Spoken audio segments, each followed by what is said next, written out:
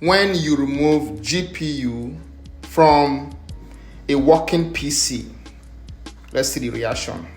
Your system will trip off automatically. So the GPU controls the display from the motherboard to the monitor. Share this video. So it's going to connect it back. Don't do this if your motherboard is not healthy, if it's not strong. Don't try it. The system is back. All right. So this is it. Share this video.